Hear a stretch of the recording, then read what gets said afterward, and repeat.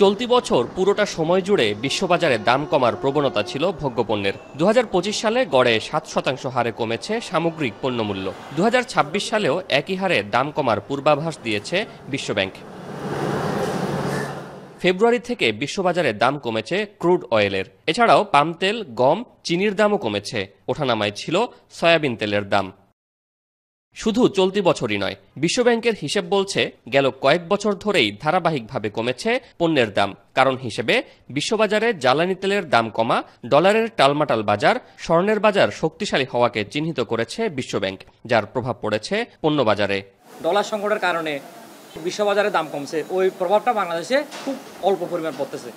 আশা করি যদি ডলারের দাম, আমাদের সরকারের যে রিজার্ভ রয়েছে, রিজার্ভটা বাড়লে ডলার দাম কমবে, তখন আমদানি অনেক কমে যাবে এবং ভবিষ্যতে আমাদের দেশের মানুষ অনেক দ্রব্যমূল্য যেগুলো নিত্য প্রয়োজনীয় আছে সেগুলো কম দামে কিনতে পারবে। অথচ বিশ্ববাজারে নিত্যপণ্যের বাজারে এমন সুবাতাস বইলেও দেশের বাজারে তার উল্টো চিত্র।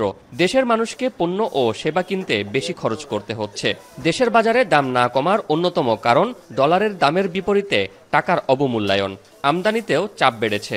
এখানে সাধারণ যারা ব্যবসায়ী আছে ওরা তো একটা আতঙ্কের মধ্যে আছে, কোনো ডলার দাম আবার বাড়বে কিনা, ওইটার একটা কি আছে, প্রভাব আছে। তো আমি আশা করি এখানে যে বিদেশে যখন বহির্বিশ্বে যখন ডলার দাম কমছে, আমাদের দেশের ডলার দাম যদি একটু সমান অবস্থায় রাখা যায়, একটু যদি কমানো যায়, তাহলে সাধারণ মানুষের সব কিছু নাগালে আসবে। দেশে রিজার্ভ বাড়ছে, তবে আগামীতে বিশ্ববাজারে ডলারের অবস্থান আরও দুর্বল হলে রিজার্ভেও তার প্রভাব পড়বে। দেশের বাজারেও ডিও ব্যবসা সহ অহেতুক হাত বদলে পণ্যের দাম বাড়ে বলে অভিযোগ ব্যবসায়ীদের।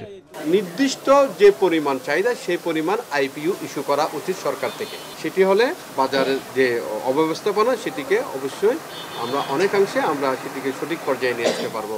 আর ওই যে উৎপাদনের ক্ষেত্রে সেটি কত উৎপাদন হয়েছে সেটি হিসাব করে বাকি যে শর্টেজ আছে সেগুলোকে আমরা আমদানির জন্য আমরা পারমিশন দিতে পারি। সেক্ষেত্রে বাজার ব্যবস্থা অনেকাংশে একটি নীতিমালার মধ্যে আসবে।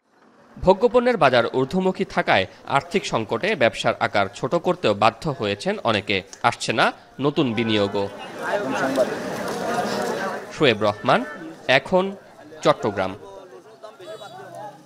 4 গুণ শক্তিশালী এনজাইম ও অধিক ফেনা সমৃদ্ধ অরিক সিলভার ওয়াশ মাত্র 70 টাকায়।